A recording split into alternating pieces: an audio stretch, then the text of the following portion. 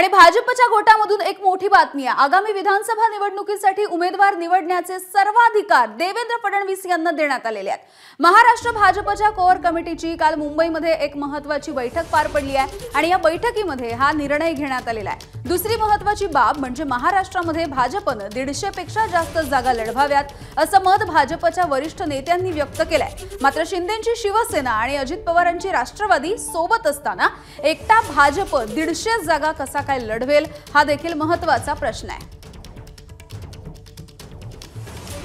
महायुतीत असलेल्या सर्व पक्षांचे पक्ष आणि नेतृत्वाशी जागा निश्चितीकरणाची चर्चा आता सुरू करायची हा निर्णय त्या ठिकाणी झालेला आहे।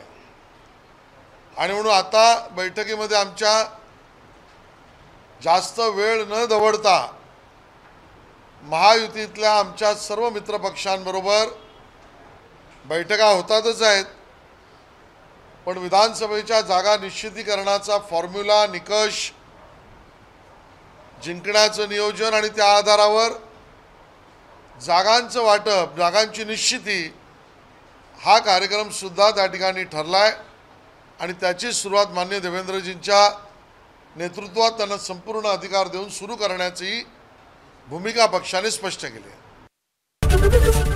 एबीपी माझा, उघडा डोळे बघा नीट।